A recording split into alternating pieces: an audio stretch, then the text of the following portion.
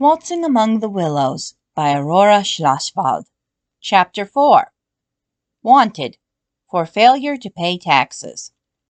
Egil barely looked up as he trudged into prairie grass. Sif clasped her husband's hand, but although her lips remained silent, her sorrowful eyes screamed of her torment. "Mama, how much farther do we have to walk?" Gunnar demanded. "What if Poppy can't get a room?"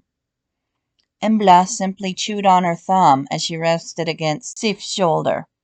She was too young to understand why she couldn't hold her favorite doll. Why didn't her mother simply hand it to her? As the family passed, the sheriff looked up from his regular chore of cleaning the streets. He gave a polite nod. "Golden Dian," Egil greeted.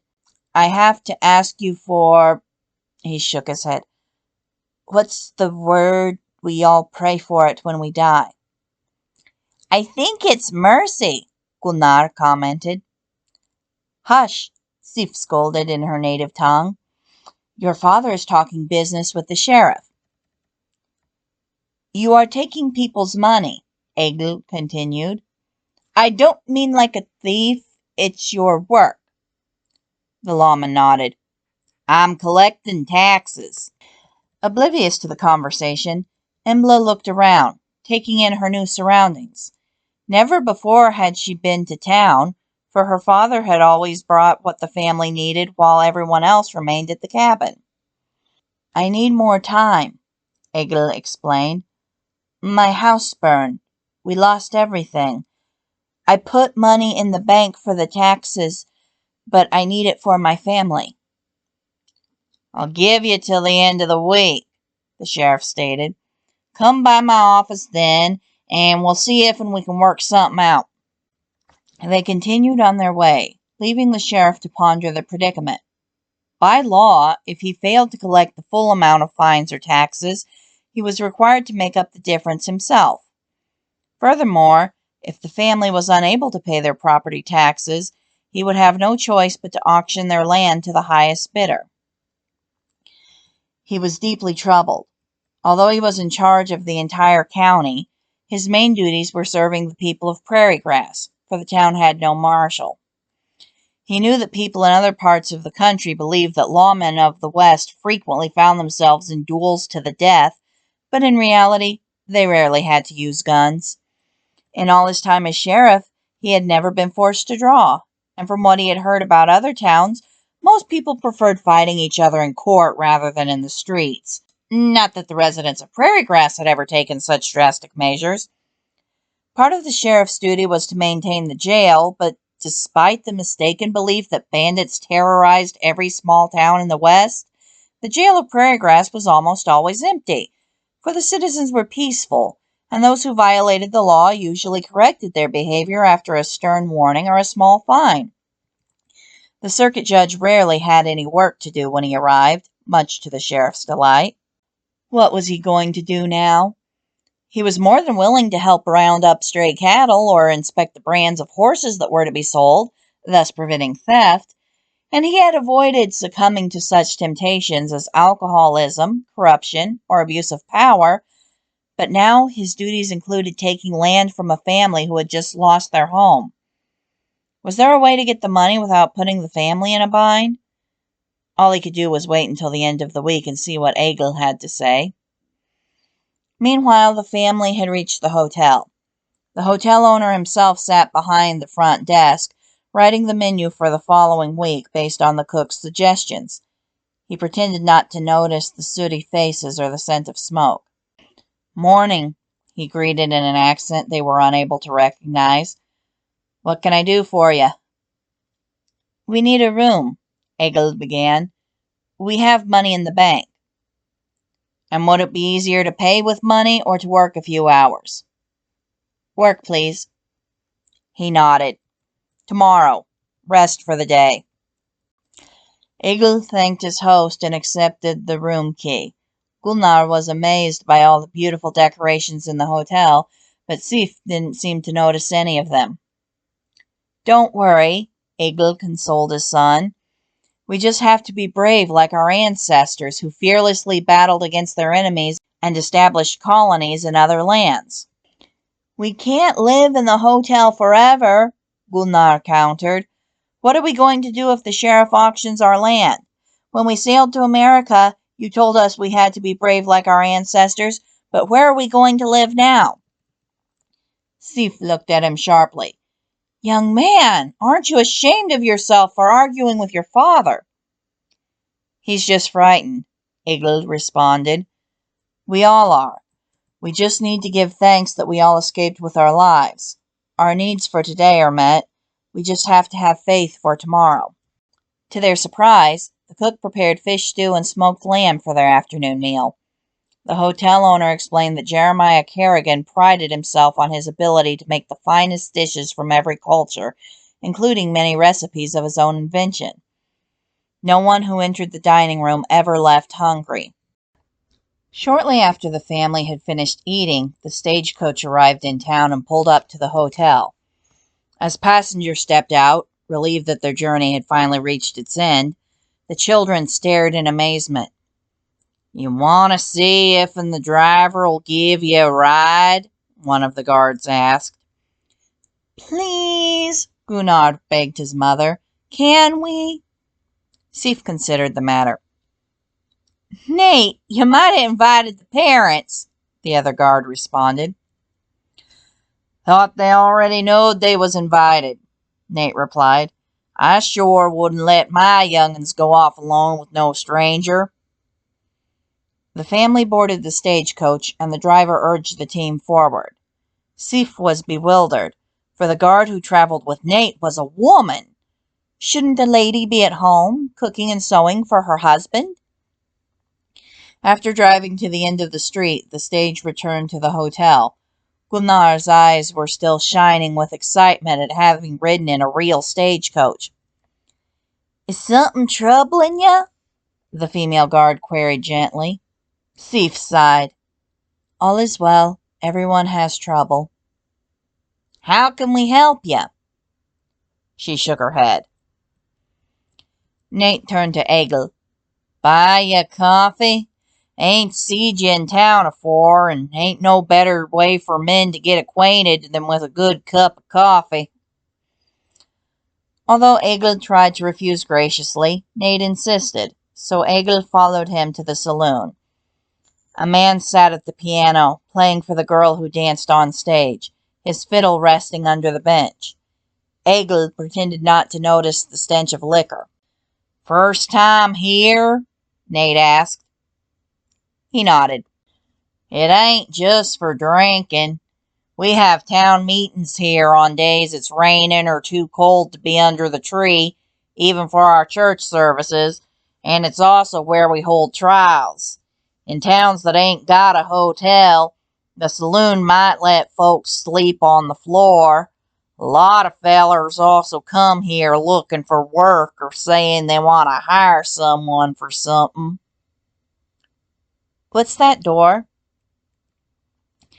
Nate explained that the town barber had his shop in a back room, but he was considered a disappointment because he refused to tend wounds or pull teeth, for he feared he would be harshly judged after his death if he made anyone's problem worse.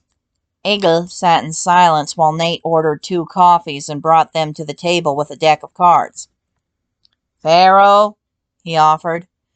You can play other games here too at times, but the boards and dominoes are already being used by other fellers right now. I don't know how to play, Egil responded. I'll learn you the game. It's right easy and we ain't got to bet nothing. We'll just pretend. To Egil's surprise, playing cards proved to be a welcome distraction from his trouble. Where are you from? Nate queried. Egil told of his small fishing village and why he had been drawn to start a new life in the American West. He noted how his new acquaintance seemed to be listening intently to every word, as if truly interested in his life. What do you call what we're drinking? The stagecoach guard asked. Coffee. Coffee. Reckon that's one word in your language I ought to be able to say right, but I'm afeard it might be the only one. He chuckled. Do you miss your country? I miss my family and friends and the lights. My mother always said when she died she would dance in the lights. They're like, what is the word? Rainbow? But it is alive. You see it at night? It can be any color. I always liked the green best. Egil frowned. I am not explaining well. Do you believe me about the lights?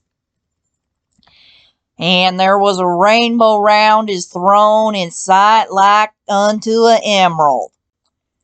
Nate sipped his coffee. If and you say there's green lights dancing like living rainbows, I'm believing every word, and I sure wish I could see 'em. Must be dreadful purty. I watched them with Sif when I asked her to be my wife. Egil continued speaking about his homeland, describing the geysers and the waterfalls.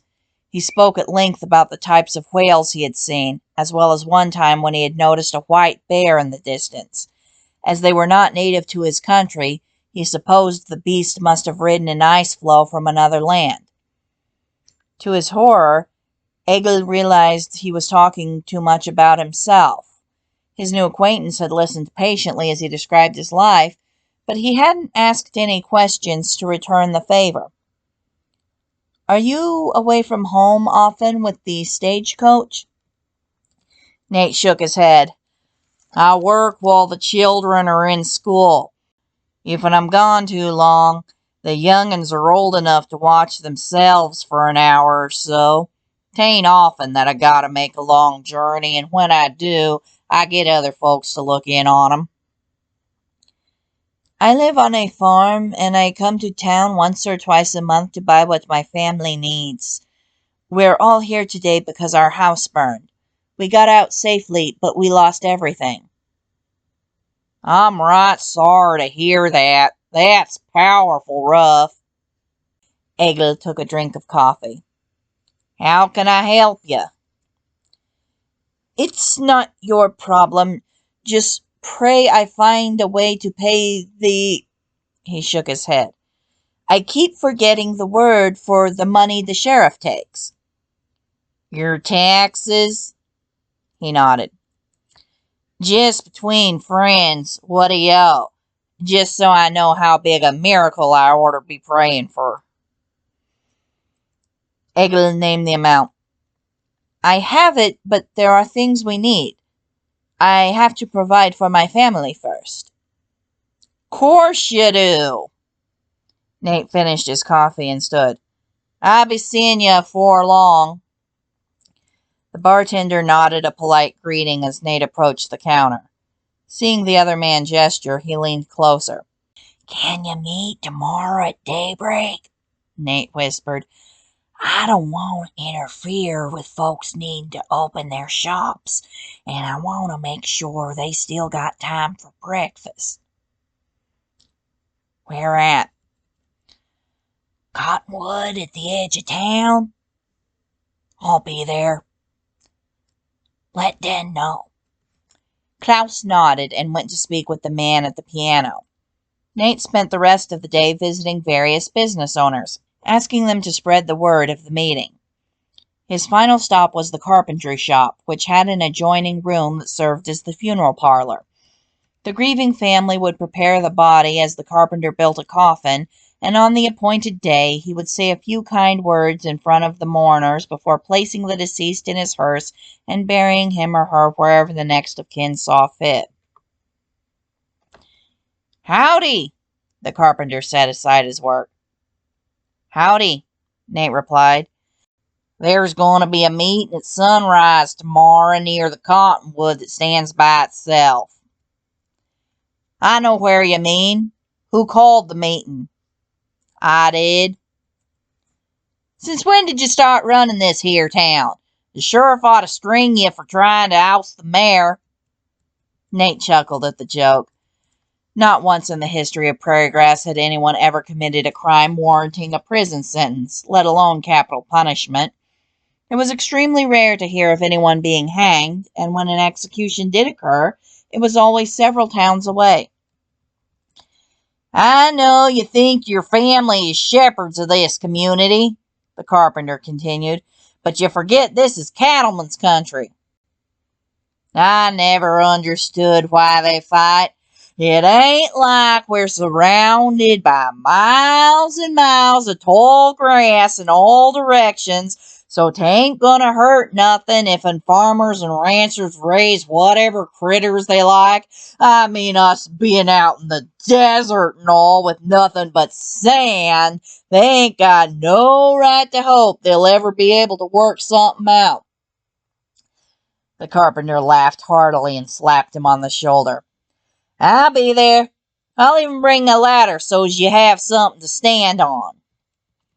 On the following morning, the carpenter found Nate under the cottonwood tree.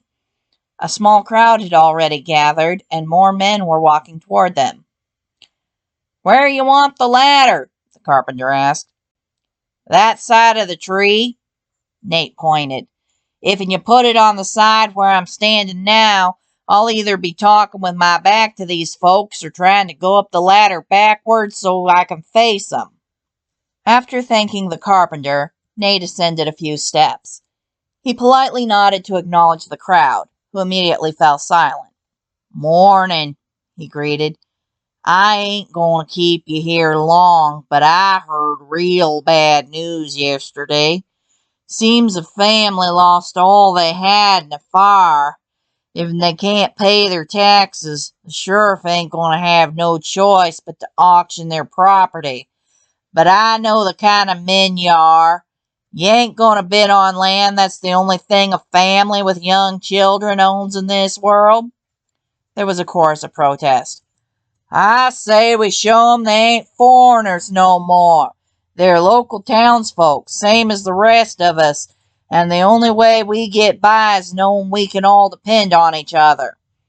Life out here ain't easy, but if we stand together, we're going to leave future generations a town they can be right proud of.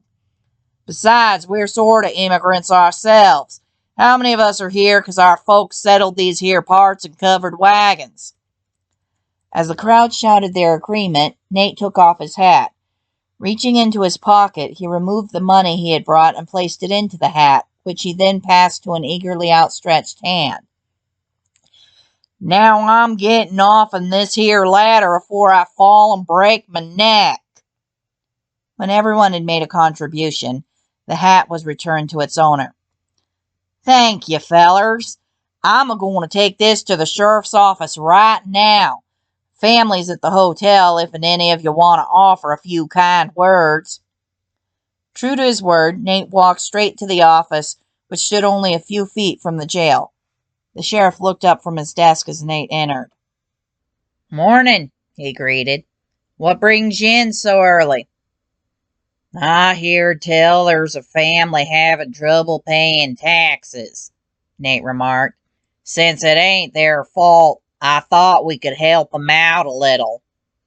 The lawman's eyes widened as Nate's hat was placed on his desk. He spent the next few minutes counting the contents. It enough? Nate queried. And then some. What are you going to do with the rest? If there ain't no one else struggling, I reckon it'd be best to give it to the family. I see it done. Let me give you your hat back. Nate placed it on his head. Folks round here look up to you, the lawman stated. Maybe you ought to be town marshal, or at least get yourself deputized. Having a job like yourn is more politics than anything else. I'll be hanged if it... His face grew warm. Sorry for using bad language in front of you.